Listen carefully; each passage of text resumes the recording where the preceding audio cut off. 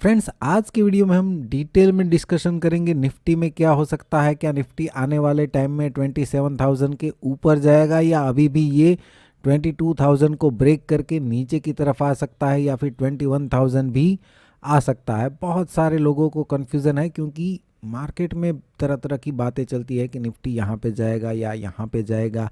आज की वीडियो में मैं कोशिश करूँगा डिटेल में आपको एक्सप्लेन कर सकूँ हर सिनारियो में क्या क्या हो सकता है।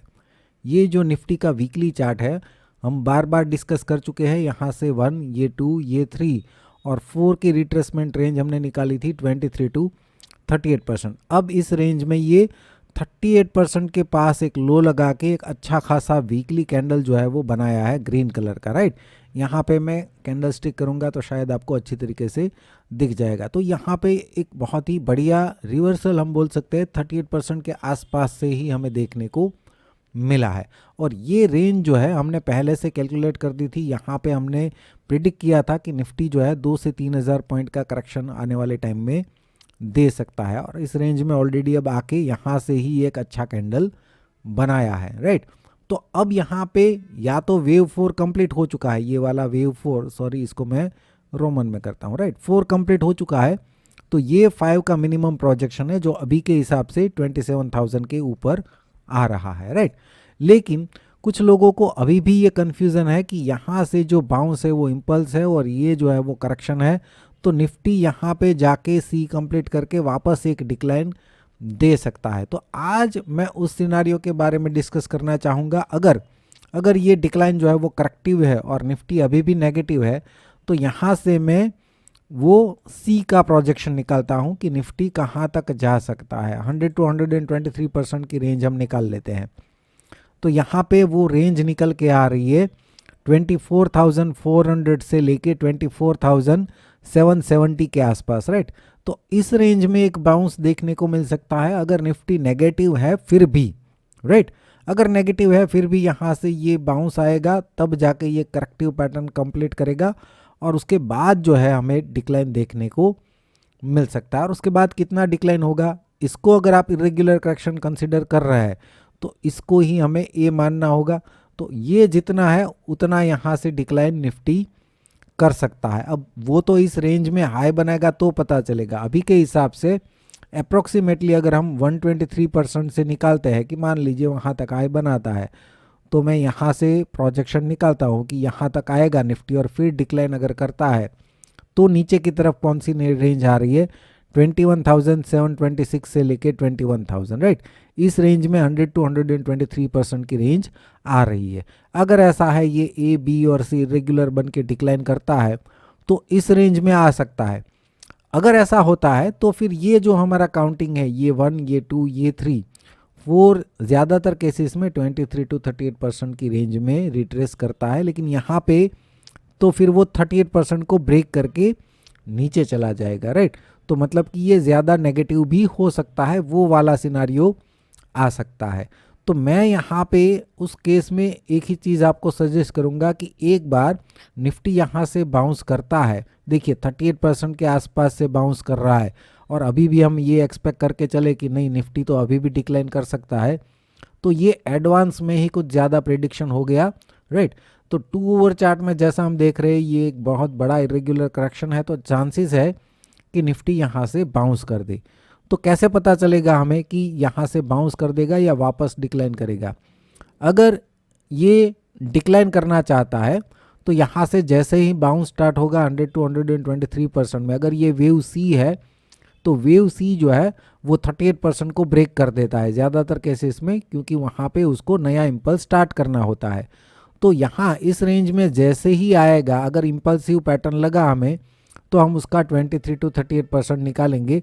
38% को शार्पली ब्रेक करना चाहिए। अगर ऐसा होता है तो ही निफ्टी नेगेटिव हो सकता है। लेकिन अगर इस रेंज में से डिक्लाइन ही नहीं आया, 23 टू 38% की रेंज को इसने ब्रेक ही नहीं किया तो फिर यहाँ से ये ऊपर ही चला जाएगा। अभी के लिए तो देखिए अभी तो ये रेंज ही नहीं आई है, तो पहले तो उस रेंज के लिए तो देखिए, पहले वो रेंज आ जाए उसके बाद पता चलेगा कि इस रेंज में आएगा कि नहीं आएगा, राइट।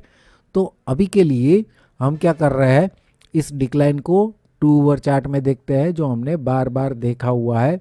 यहाँ पे हम क्या बोल रहे हैं, ये ए है, ये एक रेगुलर करेक्शन यहाँ पे बी है। सी की प्रोजेक्शन रेंज ऑलरेडी ये ब्रेक कर चुका है और यहाँ से जो हमने दो रिट्रेसमेंट निकाले थे ये 23 to 38%, उसको तो ये ऑलरेडी ब्रेक कर चुका है। दूसरा हमने यहाँ से निकाला था 23 to 38%, उसमें 38% से ही डिक्लाइन करना शुरू किया है, राइट। तो हमने जैसे टेलीग्राम चैनल पे डिस्कस किया था कि हम इस पूरे बाउंस का रिट्रेसमेंट निकालेंगे 50 to 70%, राइट।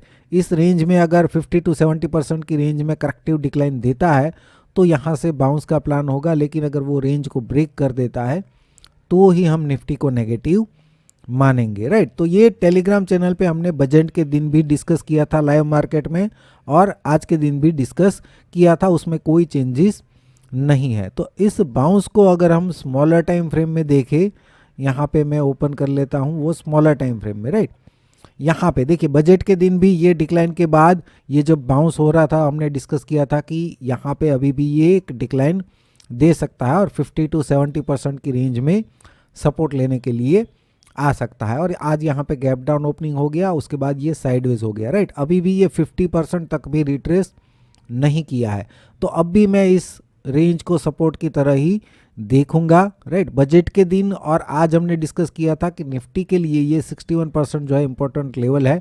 23,100 के नीचे अगर ये सस्टेन करता है तो ही हम निफ्टी को नेगेटिव मानेंगे। ये पिछले 2 सेशन से हम डिस्कस करते आ रहे हैं कि इस रेंज के नीचे ही नेगेटिव सोचना है, अदरवाइज इस रेंज में आता है तो बाय का प्लान बन सकता है, राइट।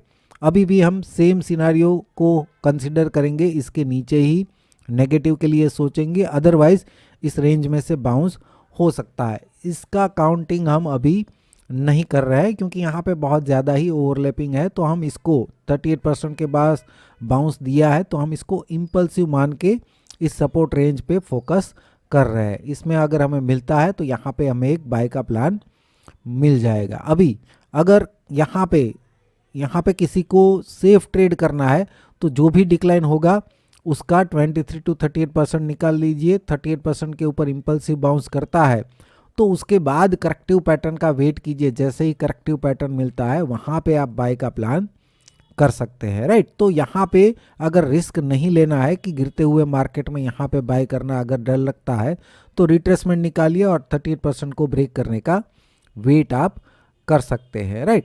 सेम चीज़ आप बैंक निफ्टी में देखें तो बैंक निफ्टी में भी हमने 2 रिट्रेसमेंट रेंज निकाली थी, एक यहाँ से निकाली थी 23 to 38%, उसको ये ऑलरेडी ब्रेक कर चुका है और ये पूरे वेव सी की रिट्रेसमेंट 38% जो है उसके पास आके एक डिक्लाइन देखने को मिला है।